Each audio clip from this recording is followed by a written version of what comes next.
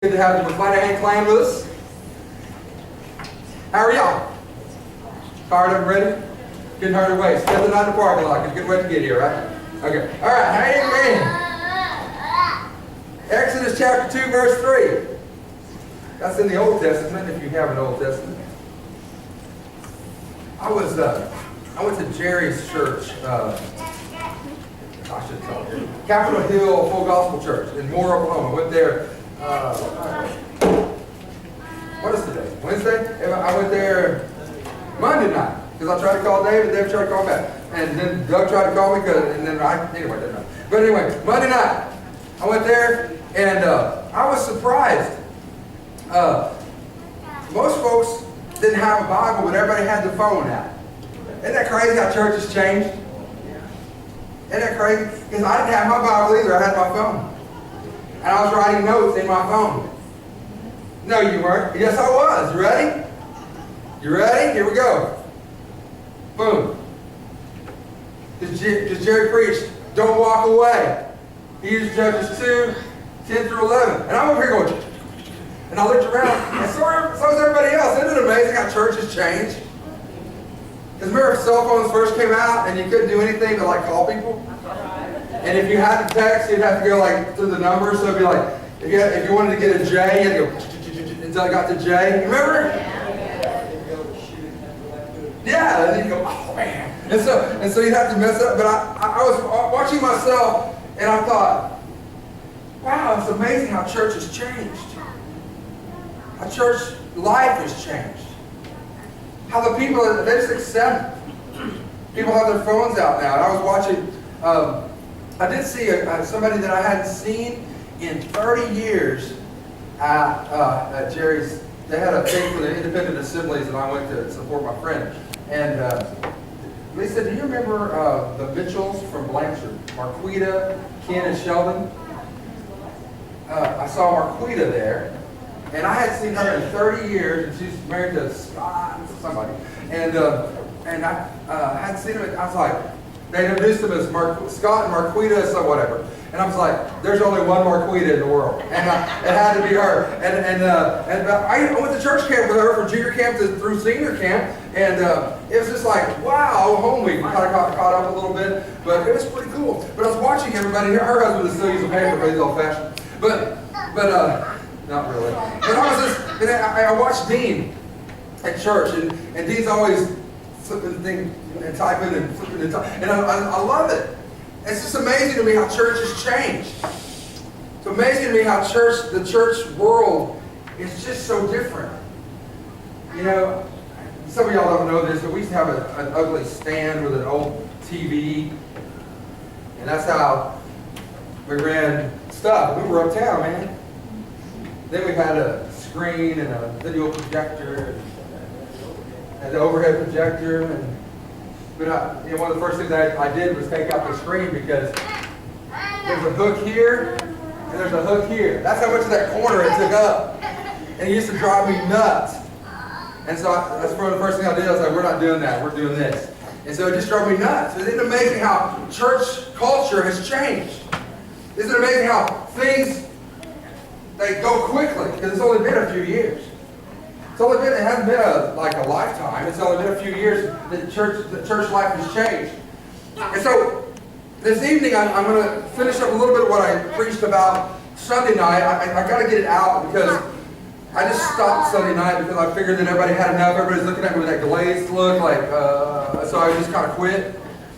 But I'm going to go a different direction with it.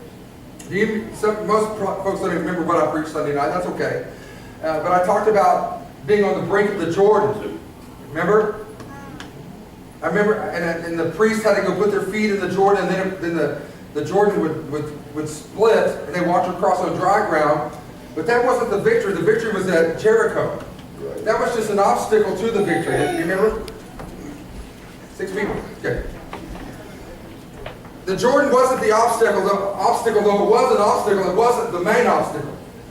The main obstacle was Jericho. But they had to get through Jordan to get to Jericho, right? Yes, they did, Brother Jeff. Okay, thank you. Okay, and so they had to go through Jericho, through Jordan to get to Jericho. So listen, we're going to go through it from Moses' side. We're going to go through it on Moses' side today about how Moses' life and the things that he did changed everything. Changed everything. Do you understand that they had been in bondage for 400 years? All they ever knew was slavery. They had been generation after generation after generation after generation born into slavery. They grew up, they were slaves to Egypt. That's all they knew. That's all they had in their mind was, I'm a slave, I'm a stonemason, I'm a smith, a blacksmith, I'm a horse shoer, I'm a trainer of horses. Whatever the job was that they needed the slaves to do, that's what they did, and they grew up, and that's what their family did, and so that's what they were when they grew up. So for 400 years, that's what had happened in this situation. When Moses showed up, everything changed. When Moses came into the world, everything began to change because his mother recognized who he was and what he was. His mother recognized that she would not throw him in the Nile River, let the alligators eat him, because he was a goodly child, and God had blessed him, and God had seen something in him. And so what I want to come across to you tonight with this is, you are goodly children, and God has seen something in you that nobody else has seen, and the world is different because of you. Amen. The world is different not because of me, but because of you. The world is changing not because of me, but because of you. Church culture is not changing because of the pastors. Church culture is changing because of the people in the pew. That's right. That's good, Brother Jeff, I know. Because it was the church. It was the church leadership, yes. Life Church changed the world with a Bible app. They did. They could have sold it for 99 cents and never had another money problem ever in the world. But they said, I will not do it. I will not charge anybody for a Bible. And they gave it away for free. And millions upon millions of people have downloaded that Bible app. How many have that Bible app that says Holy Bible with a little brown Bible? Everybody almost that has apps. If you have a smartphone, most people have that app. Why? Because it's free. It's the first one that pops up when you go Bible. When you type in Bible in the App Store, that's the first one that pops up. Why? Because they've given away millions of them. It's the most popular. And so the church culture began to change because people began to say, well, why? I don't need to bring a Bible because they're going to put the scripture up here. I've got it on my phone if I want to. I can take notes if I want to on my phone. And so why would I carry a Bible I used to have a briefcase I used to bring when I was Sunday school superintendent because it had everything I needed. It had my Bible. It had what else? It had visitor things in it. It had postcards in it. It had a letterhead in it. So if you missed Sunday school, man, you got a letter by Tuesday. You had a letter at your house that, hey, we missed you in Sunday school. And I had postcards for all the kids. There was one kid. One of my favorites was one kid was down and there wasn't anybody on the teeter-totter, and so he was just sitting down and said, it's just not the same without you. And so they would send those out and there was one that had a tiger with one spot that was white, so there's a spot for you. And so all that stuff. And so I had all that stuff in a briefcase, like a dork. But I had all my stuff that I needed. But now all that stuff I can do right here. And I can stick that thing in my pocket. Boom. I'm free. I'm free to go get ice. And so I can stick it in my pocket. The bad thing about it is, and if there's something good, there's always something bad. The bad thing is our kids don't know where anything's at in the Bible. They can't turn the pages and find it. They can't. Now they can find it faster than I can on their phone. It says, and I'm like, okay. And so but still, that's a bad thing. But the church culture has changed so much because people are we are developing things faster than we can keep up with. I'll just give you a quick thing. Do you remember when vines were a big thing? You know what vines are? Vines are short little video clips that my kids used to watch 3 years ago. Now it's obsolete.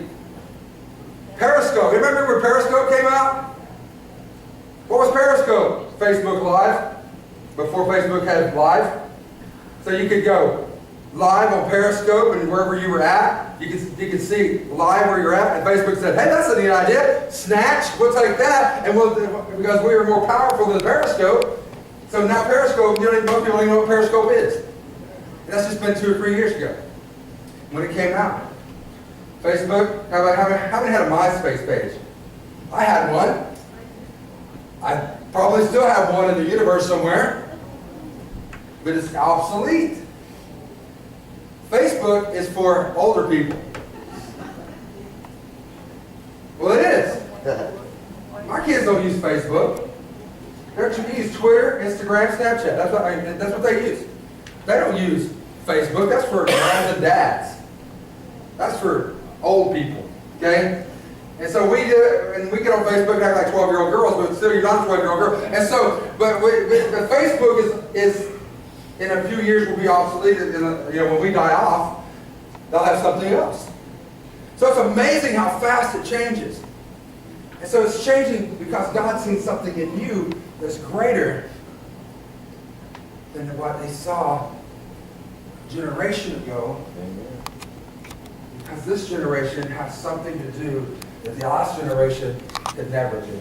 Amen. The last generation couldn't reach the world with one camera and an app. That camera and what we do with that cost millions of dollars in the 80s. Now it's, if we can get it to download without Teresa killing somebody, because our internet is slow. And so he said it's not, right? Shouldn't be. Okay. So here's the deal. Y'all are quiet. Everything that we do now has been sped up. Because I believe with all my heart that Jesus is coming. Amen. I believe that we don't have any time to waste. That's right. I believe that we're standing on a place right now that's very precarious. We can either do what we've always done and be obsolete.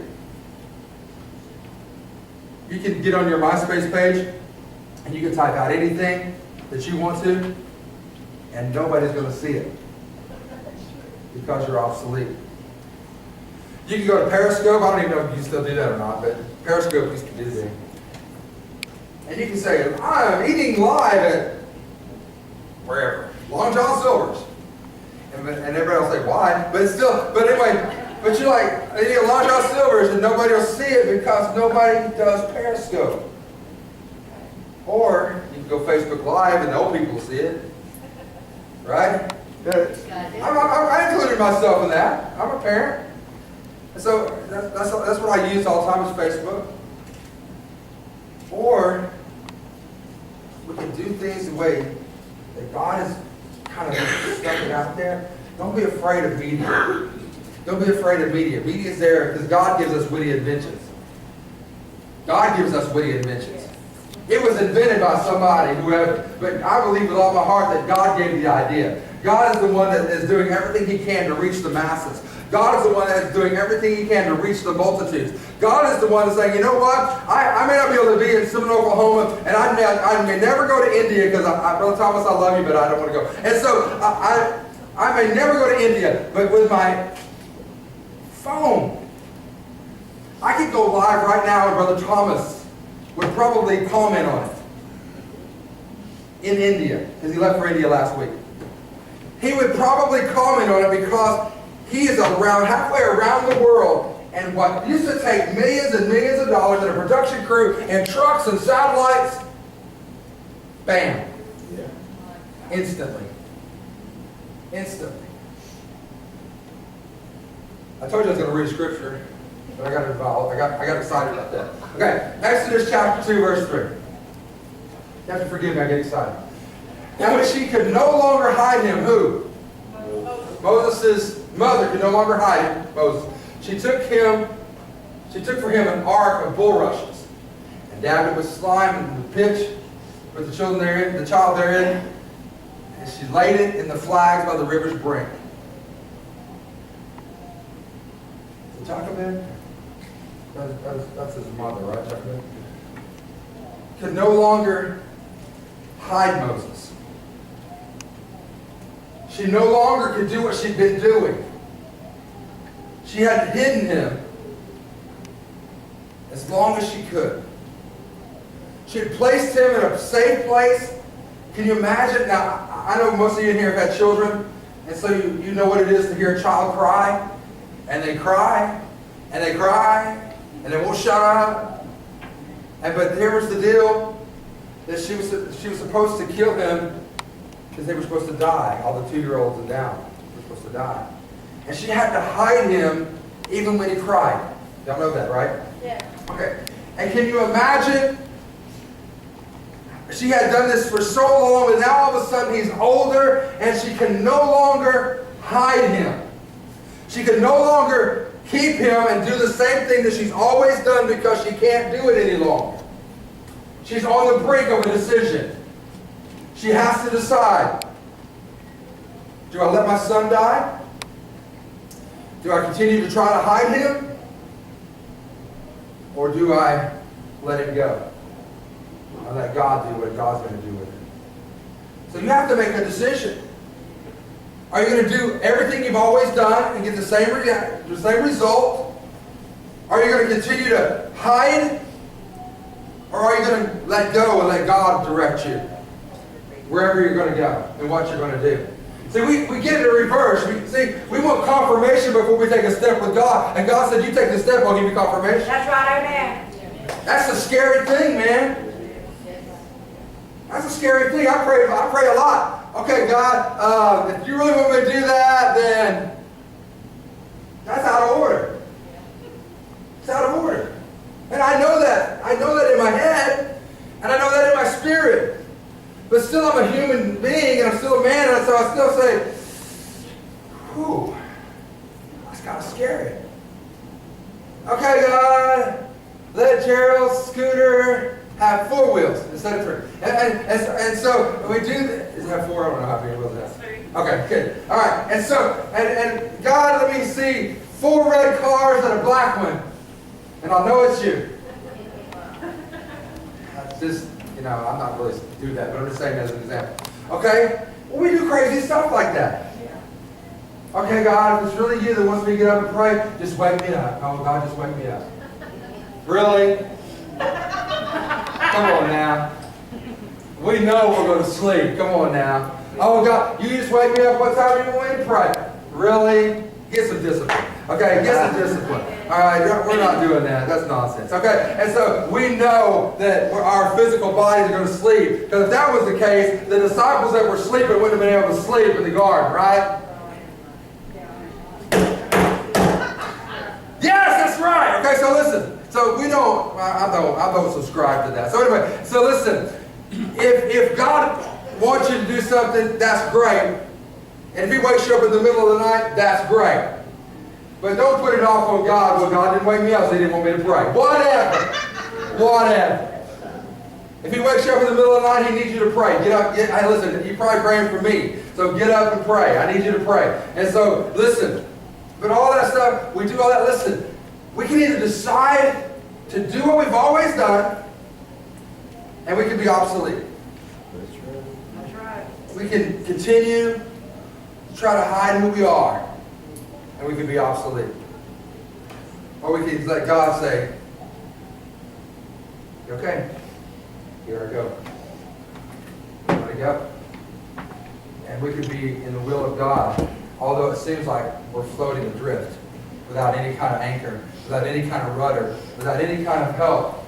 We can either do one of 3 things. I choose to do the third. I don't want to do what I've always done. I don't want, I've said this before, I don't want this to be the church I grew up in. Mom. Oh, I know that's not going to sit well, but I learned a lot of good things here. But I grew up here in the 60s, 70s, and 80s, and 90s. In the 2000s, 2010s. So, I grew up here, and so I've been here a long time. But I don't want it to be the same as it was in my youth, because if it's that way, then we're going to soon be obsolete. That's right. Amen. You're preaching. I don't want to continue to hide who you are. I don't want to hide who you are. You're greater than what you're allowing yourselves to be. You're more than what you're allowing yourselves to be. Because you don't believe that you're more than that. You believe that you're still this little church from the 1960s and 70s and 80s and 90s and 2000s. And that's not who you are. God's placed His hand upon you. And all He's wanting us to do is get to the brink and go. I don't want to have the same church that I grew up. I don't. I'm not the same guy I was, I hope. I don't have the same ambitions. I don't care anymore about who likes what I preach or who doesn't like what I preach. I don't really care. I'm confident enough in myself to know that God has spoken to me, and whether it gripes you or doesn't gripe you, or whether you love me, whether you hate me, whether you think I'm wonderful, you think I'm not wonderful, I'm in the wrong business to be thought to want everybody to like me. And that really hurts me, because I want everybody to like me. I grew up wanting everybody to like me, wanting everybody to get along, and wanting everybody to, but that's not possible. It's not. It's just not. And I hate that. I don't know what to say. So I just hate that decisions have to be made that separate stuff. But it just happens because I don't want to be obsolete. More than anything, I don't want to be obsolete. I don't want to hide who you are anymore. I can't hide you anymore. You've grown to the point I can't hide you anymore. I can't just put you in a basket and say, oh, shh, baby, shh, shh, because you're talking and say, why do you put me in a basket? And so now you're talking. And I can't just sit you in a basket and say, shh, baby, hush, hush, hush. Because you're greater than sitting in a basket. You're more than that. You're worthy to be in the King's house now. You're worthy to be more than conquerors. You're worthy to be let go into the river Jordan. You're worthy. Come on now. You're worthy to be placed in the river. And me just watch you and see what God does with you. And not that God sends you by yourself, because you have a brother and a sister who's watching. Come on, you guys understand where I'm going with this? Come on now. You understand? You have a brother and a sister who's supposed to be watching you in the weeds and making sure that nothing kills you and making sure nothing gets hold of you. Because I had to let you go. Because I can't hide you anymore. And I can't allow you to be obsolete. But that's good preaching, Brother Jeff. I know it is, man. I'm preaching to myself today, and I know it is. I know. You're not convinced me. Right where you're talking about right now with my two sons, I'm having to let them go. Let them go. They're grown, and I'm. It's hard, isn't it? We do it's so hard, but It's hard. I have peace about it. They're Have 24 peace. and 21. Amen. God's going to take care of them. I believe it. Okay. I'll go on. Washed without living. Okay. Moses' mother. Jochebed, right? Did y'all ever look it up? That's right? Okay, I want to make sure I was right. Sometimes I'm not right. There's a lot of people's names in the Bible, and sometimes I forget them. All right, listen. She washed without having control of the basket. For me, I like having control of things. I'll just do it. I can do it. I'll just do it. I'll just do it. I'll just do it. Oh, I'll just do it. It's okay. I'll just do it. I'll just do it. I'll just do it. There comes a time when there's not enough time for me to just do it. I just can't do it. And then I feel bad. Then I feel bad because I can't do it. Then I feel bad because it gets halfway done and I'm really done. There's something in me, I just feel like I can do everything. I can do anything and everything. Don't tell me I can't do it. I'll do it twice. And so and that's the truth. And Mother, I've always been that way. Don't tell me not to do something, I'll do it twice. And so I got more whippings because she told me not to do something. I'd go do it because she told me not to. That's God's honest truth. Amen. That's the flat, straight truth. I would have never thought about it had she not said not do it, but when she said not do it, that meant do it. Amen. Is that rebellion? I don't know. Okay, listen. Anyway, and so, she had to wash with that girl. She didn't have a way to steer the basket. She had to trust God to steer the basket to where God would have it to go. Come on, I need y'all to help me a minute. Come on now. When that basket's flowing, Sister Paula, as a dad, I've never been a mother, but as a dad, I'd be wanting to go through the water. To make sure, you know, to make sure it goes where I want it to go, right? You know, put a little spin on it when you set it in there. You know what I mean? But she had to sit in it and just let it go. And I'm thinking, okay, if I spin it, it'll go that way. You know? But she couldn't control the basket. She just had to watch the basket. And her daughter was watching the basket as well. She couldn't stop its traveling downriver. Once she let it go, she couldn't stop it. Come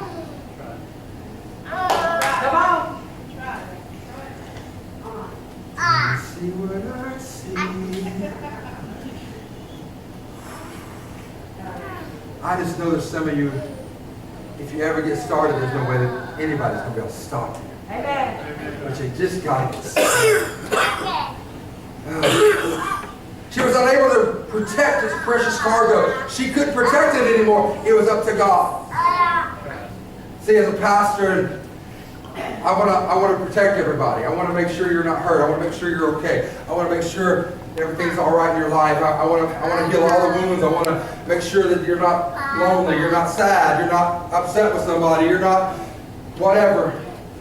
I want to make sure your soul's right with God. As a pastor, I want to bind all your wounds and heal all your wounds and make sure everything's okay. But when God says, let it go, I can't do that anymore. And neither can anybody else. What they have to do is let you go. And when they let you go, they can't protect the cargo anymore. They can't stop the flow of the river that God has placed you on. Are you with me? You understand what I'm telling you tonight? I know Gerald's hopping around. It's all right. Man, he's got a broken foot. Get off of him. Go, listen. Kim could have let him out, but she didn't want to. So listen. No, I'm just teasing. Here's the deal.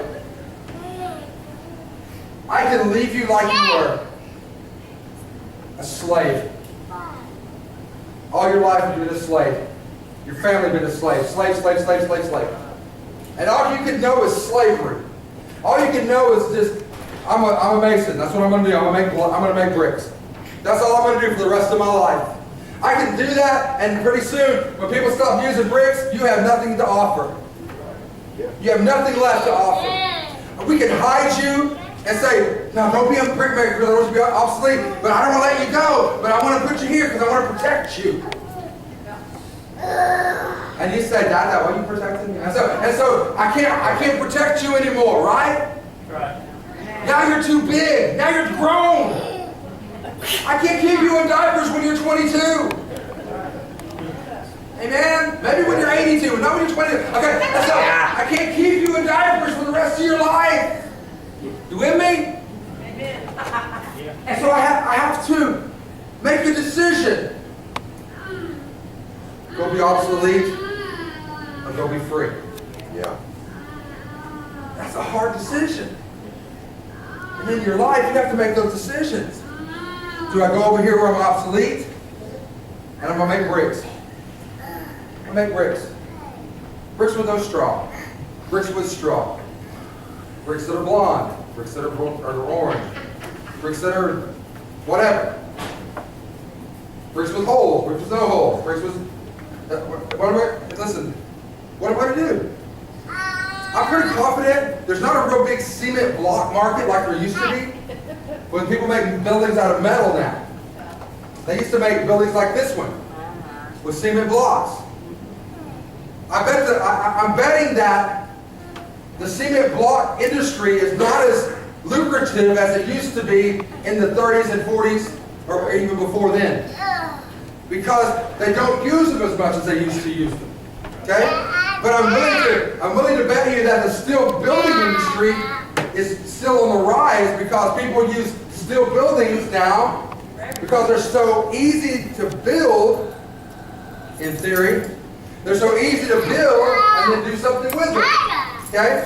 And so what happens is this, is you have to make a decision in your life. Am I going to be obsolete and do what I've always done? Are we going to be the TOP of 1985?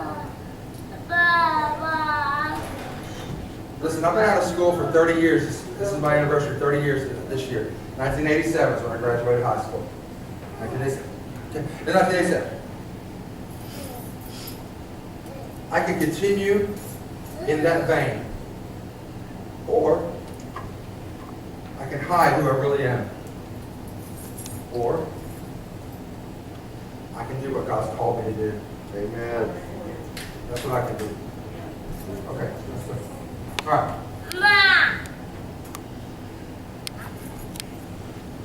Dr. Ben had to let the basket go. And in your life, you're going to have to let your light so shine, you have to let it go. You have to let your light so shine that you've got to let it go. God controlled Dr. Ben's destiny. God took the basket to the right person at the right time. What do you mean God took the basket? The river was flowing. They just got lucky. No, they didn't. There's no such thing. And so what happened is the basket was going by, and the right maid was in the right place at the right time to grab a basket and say, listen, listen, listen, queen or princess, I found a basket with a baby in it. Had the wrong maid been there, it's a basket, big deal. Oh, it's a Hebrew child. Let it go. Yeah. But she was at the right place at the right time to find what it is that God put in the river at that appointed time. You're at the right place at the right time. You have got to do what God's called us to do. We have to go forward and do what He's called us to do. We can no longer sit around and hide and wait around and expect God to do some great, mighty thing when we can't even do anything simple. Come on. Amen. God took the basket with the right maid. God had a plan that was greater than hiding. Yeah. God had a plan that was greater than hiding.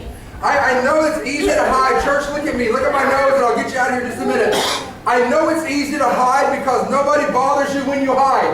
That's right. That's right. Come on. That's not exactly right because the Holy Ghost begins to deal with you when you hide and say, hey, mighty man of valor, what are you doing here in the wine press, which is supposed to be a deliverer of Israel? What are you doing here? You know you're not supposed to be here. Hey, mighty man of valor, wake up.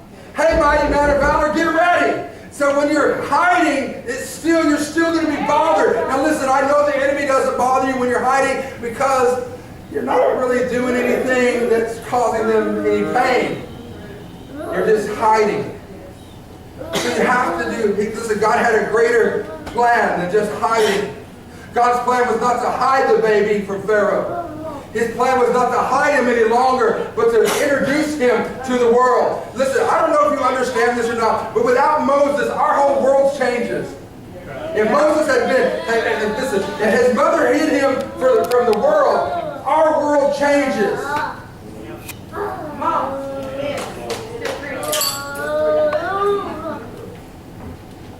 Our world's a different place without Moses. Our world's a different place without her letting the basket go. Our world's a different place if that maid doesn't find the basket and take the baby, the Pharaoh's daughter, whose heart was prepared by God, I believe, to hear a baby's cry and her heart melt and take him, even though she knew he was a Hebrew slave child, and take him and make him the prince of Egypt. Somebody better help me just a minute. I don't know if you know this or not, but it's time for you to quit hiding about who you are. Quit hiding because you don't want to get in the battle. Quit hiding because you're afraid. Quit hiding because you don't think you're good enough. Quit hiding because you don't think you're smart enough. Can I share with you? You're not good enough, you're not smart enough, and you're not. But whenever God, you take the step, God will make you smart enough, God will help you. I promise you that. I promise you that. But listen, God's plan was to put the baby right in Pharaoh's face. Yeah. He couldn't avoid Moses. That's right. Because Moses was crying. The handmaids shut him off. Because babies cry when you're trying to sleep. Okay, nobody had a baby. Yeah. Oh. Yeah. Guys, how many did this move? You didn't hear it, right? Oh, the baby's crying?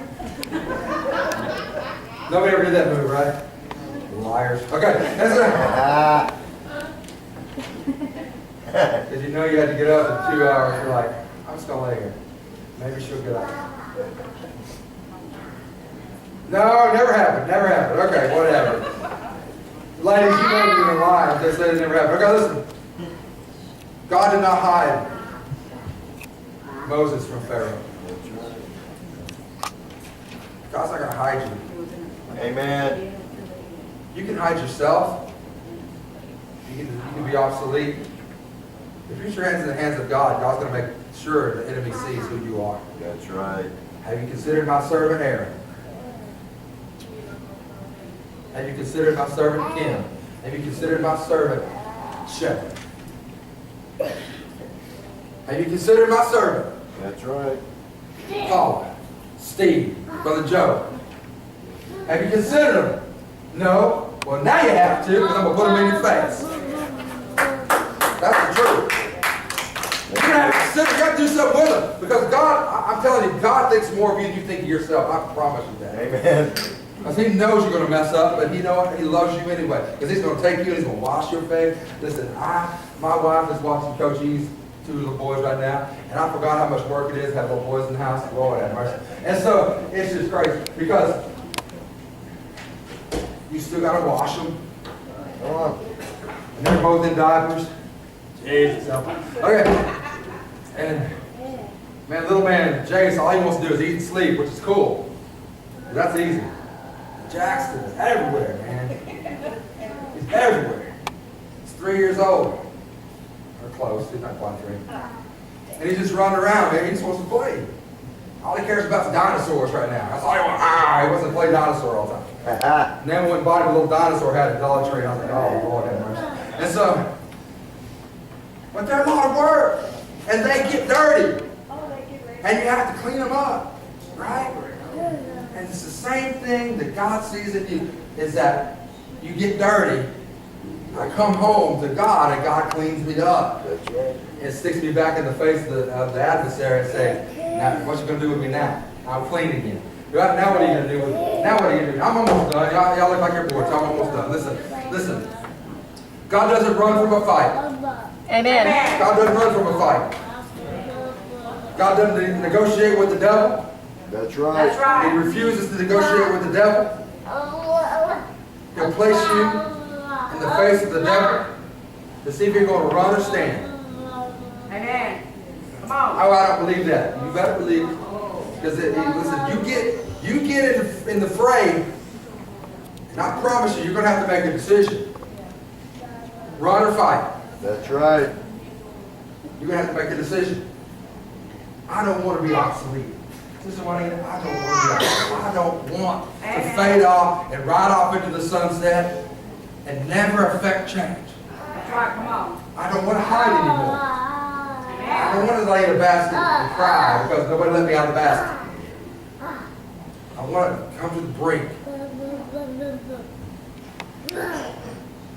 Amen. And I want to watch as God uses you. As God moves you where He needs you to be. And I go, I wouldn't have put him there, but that's where God sent him. As your brothers and sisters watch you from afar. Here's the cool thing, and I'll quit. When he got in the hands of Pharaoh's daughter, one of his sisters ran to him and said, listen, I'll go get somebody to nurse him. Come And on. got his mama. And mama let go as a slave and got to live in the palace because she obeyed God. And let him go. Somebody help me. That's running preaching. That's running preaching. Amen. She she let him go a slave. Right. And after he got to where he's going, she got to live in the palace. She's still a slave, but as a nursemaid to her own son. That's right. Man, that's cool. Amen. God is an awesome, awesome God, man. That's God. I don't want to be obsolete. I just don't. It's not in me. It's not in me. I can't do it. I've done it. I looked back and the election for me to be a pastor here was, I believe it was August 11th and August 15th in that area, 2011. Very seldom have I played the pastor card because I'm in an awkward position. It's awkward to pastor the church that you grew up in. It's very awkward. It's very, how can I say this? It's very divisive in my spirit because you have the people you grew up with and you absolutely love and cherish, and you have the new folks that you absolutely love and cherish, and you have to make the two combined, and you have to sew it together. You have to knit it together. Amen. You have to make it work. That's right. Amen? And it's not always easy. It's not always easy. It's very, very hard to pastor the church that you've been in all your life. It's a hard thing. Not because it's more, you guys are so much work. That's not it at all. It's just very difficult in your spirit. Because of family ties and ties of spiritual family ties. And it's really difficult. It's very difficult. And very seldom have I ever played the pastor card. And I figure God will take care of that. God will do with us. God will show me what to do. But there's some of you guys I've held on to and I've tried to hide and tried to protect. That I know I have to. I hope that alligator will get him. I hope that slime I put on there's not leaking. I don't want the baby to get wet. Oh. Miriam, look, it's okay. I have to watch. Just watch what God does with it. And see you end up in the palace, which is where I want you to be in the first place. I don't want you to struggle and barely get by. I want you to be in the king's palace, man. I want you to have the best of the best. I want you to be the prince, the princess.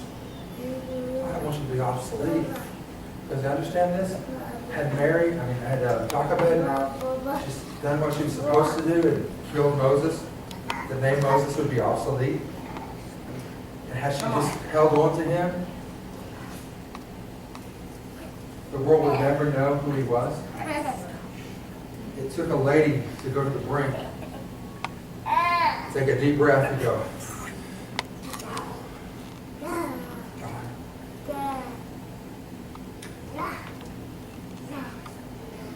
Amen.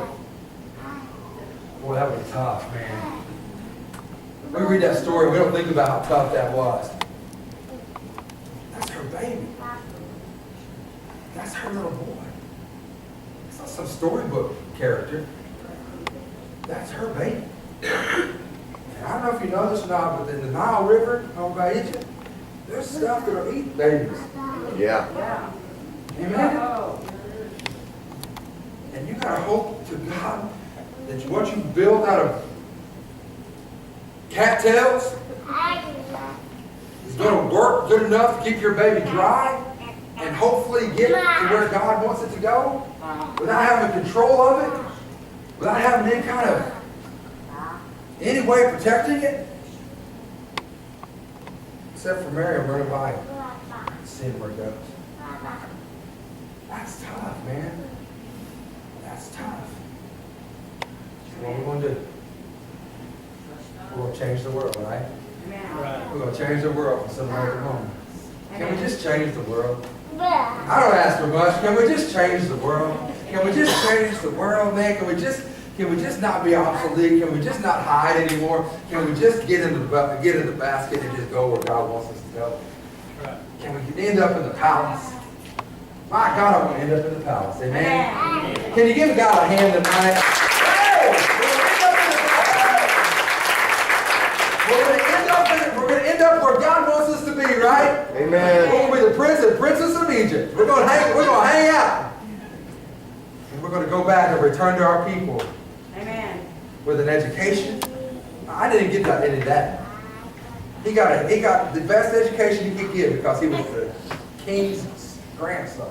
Amen. He had money. He knew what it took to run a country. He knew what it took to lead people. And it all happened because his mama let it go. That's right. None of that would have happened. None of it. And he stayed a baby in Egypt, he wouldn't have learned how to run a country. Because they were slaves. Nope. He wouldn't have learned anything he learned in the palace, staying a Hebrew slave. But here's the cool thing.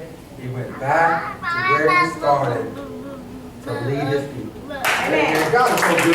God is so good. Stand up on your feet. Let's get out of here.